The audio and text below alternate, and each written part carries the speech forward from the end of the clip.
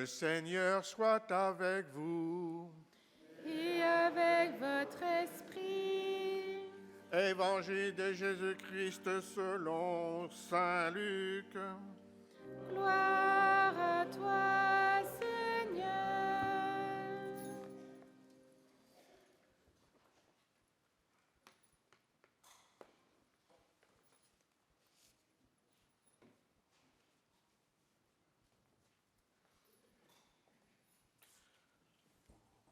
En ce temps-là, la foule se pressait autour de Jésus pour écouter la parole de Dieu, tandis qu'il se tenait au bord du lac de Génézareth. Il vit 2 barques qui se trouvaient au bord du lac. Les pêcheurs en étaient descendus et lavaient leurs filets. Jésus monta dans une des barques qui appartenait à Simon et lui demanda de s'écarter un peu du rivage. Puis, il s'assit et de la barque, il enseignait les foules.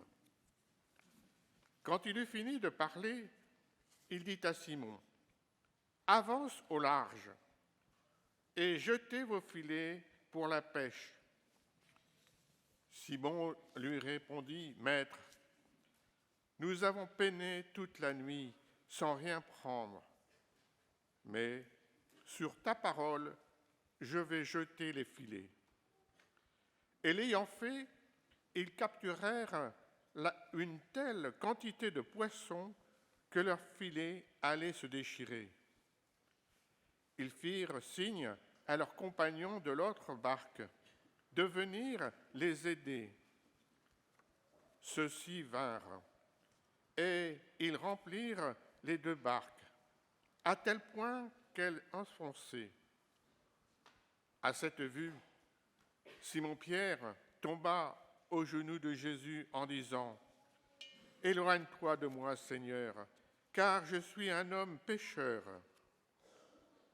En effet, un grand effroi l'avait saisi, lui et tous ceux qui étaient avec lui, devant la quantité de poissons qu'ils avaient pêchés. Et de même, Jacques et Jean, fils de Zébédée, les associés de Simon.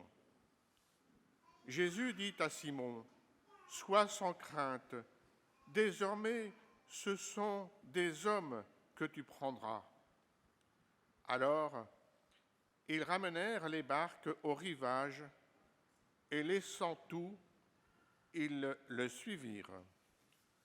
Acclamons la parole de Dieu.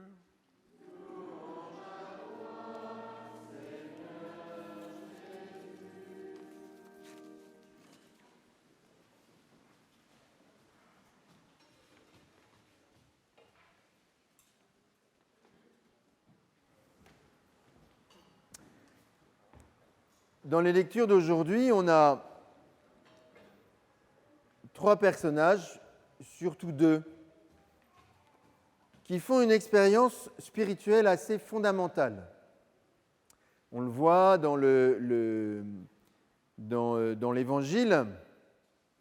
Saint Pierre, il connaît déjà Jésus, il l'a vu enseigner, il a guéri sa belle-mère. Donc voilà, Jésus qui fasse des enseignements, qui fasse des miracles. À cette époque-là, vous shootez dans une poubelle, il y a 5 thaumaturges et 3 enseignants. Normal, quoi. Sauf que Simon, il se sentait plutôt en phase avec Jésus, donc c'était celui-là qu'il aimait bien écouter. Puis il avait guéri sa belle-mère quand même. Bah oui, quand même. Et là, il se passe quelque chose de nouveau. Avec ce miracle, avec cette pêche miraculeuse, il y a quelque chose de nouveau, de complètement nouveau, qui fait découvrir à Saint Pierre, à Simon dans l'Évangile, qui est Jésus. En tout cas, qui lui donne, c'est un peu comme si le coin du voile se soulevait, et Saint Pierre se dit, « Waouh, mais c'est infiniment plus que ce à quoi je m'attendais. Ce n'est pas juste un bon rabbi et un petit guérisseur comme ça. C'est beaucoup plus. Et alors il est dit dans l'Évangile qu'un grand effroi le saisit. Alors comme je n'ai pas une grande culture littéraire, je suis allé vous vérifier dans le dictionnaire ce que signifiait le mot effroi. Je croyais que c'était un mot élégant pour dire peur. Non, effroi c'est une grande peur. Un effroi c'est déjà une grande peur. Donc un grand effroi, ça fait une très grande peur. Et cette peur, elle vient du fait que Simon-Pierre prend conscience de qui est Jésus et prend conscience de qui il est, lui, Simon, par rapport à Jésus. Un homme pécheur. C'est-à-dire un homme qui n'est pas vraiment capable de faire le bien, en tout cas pas de manière très extraordinaire. À sa petite mesure à lui, il y arrive. Mais il sent bien qu'avec ses seules forces, le constat qu'il fait, c'est surtout qu'il n'arrive pas à aimer en plénitude, en vérité. Il aime sincèrement, comme tout le monde, comme chacun de nous, mais pas en plénitude. Et c'est ça qui fait qu'il est saisi d'un grand effroi. Bien, ce grand effroi, c'est un don de l'Esprit Saint. Lequel ? Je vous préviens, vous restez 3 heures ici si vous ne trouvez pas. C'est lequel ? Allez, rassurez-moi quand même. Pardon ? La crainte de Dieu, bravo. C'est la crainte de Dieu. Vous êtes libérés, c'est bon.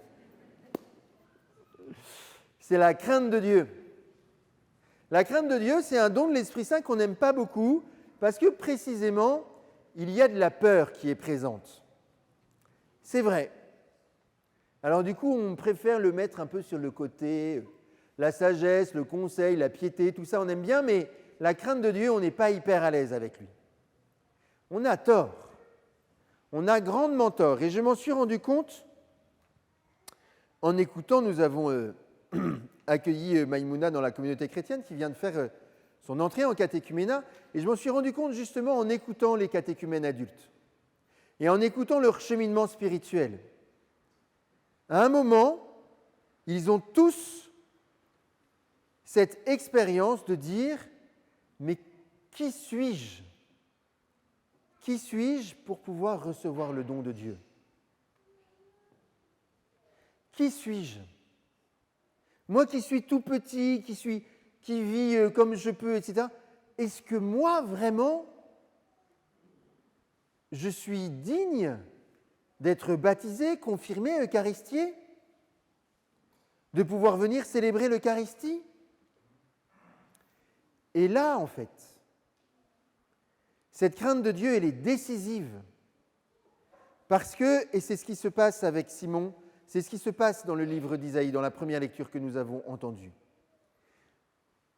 Nous prenons conscience que nous sommes pécheurs et ça veut dire que nous pouvons accueillir le pardon. Nous pouvons accueillir le pardon de Dieu.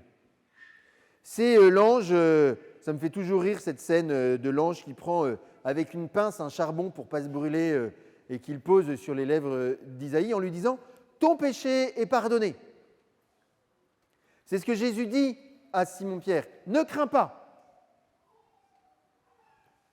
La crainte de Dieu, elle nous rend capables d'accueillir le pardon de Dieu, en vérité, en plénitude, parce que nous prenons conscience de l'immensité de ce à quoi nous sommes appelés. Alors oui, effectivement, ça nous fait un peu peur. Vous savez, c'est comme quand en randonnée, on se prépare à monter une montagne, on se dit « Waouh, le sommet est quand même vachement loin. Est-ce qu'on va vraiment y aller ?»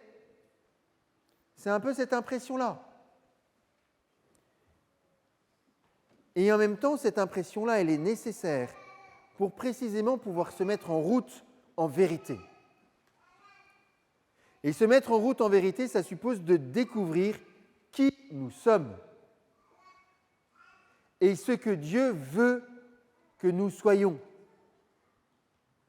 C'est-à-dire qu'une fois que nous sommes pardonnés, sauvés, libérés, c'est ça ce qui se passe.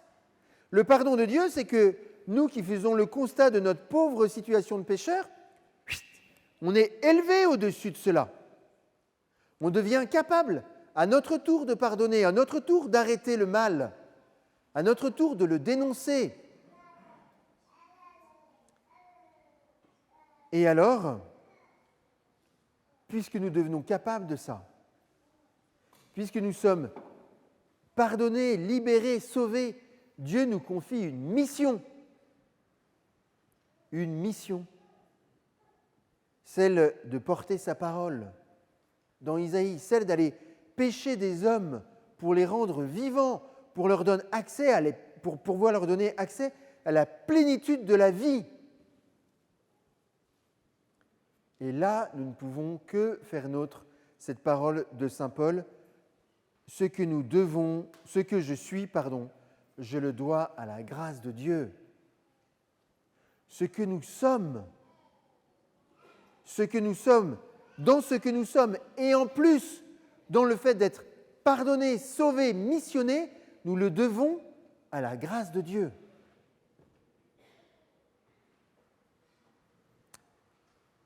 Eh bien, du coup, je vous invite à prendre maintenant, dans quelques instants, justement, quelques instants de silence pour rendre grâce.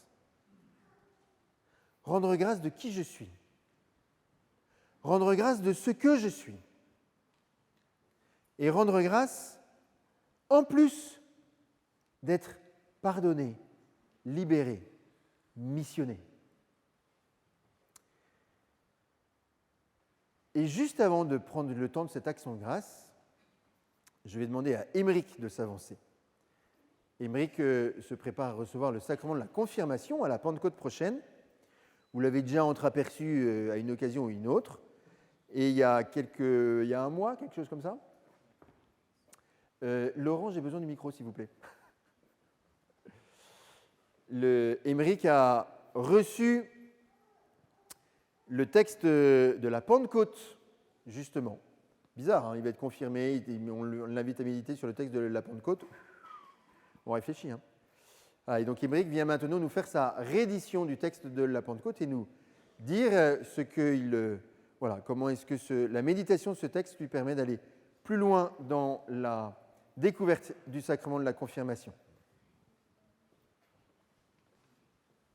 Je t'invite à te tourner vers la communauté.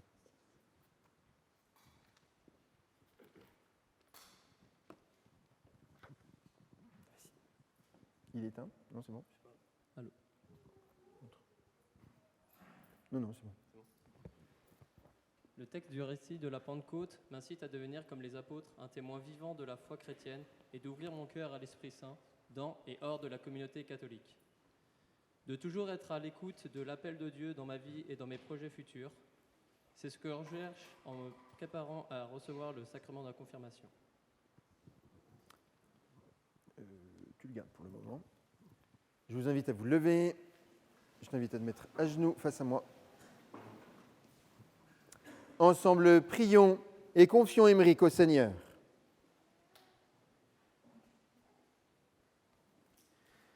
Seigneur, nous te prions pour Émeric, que tu invites à vivre pleinement de ton amour.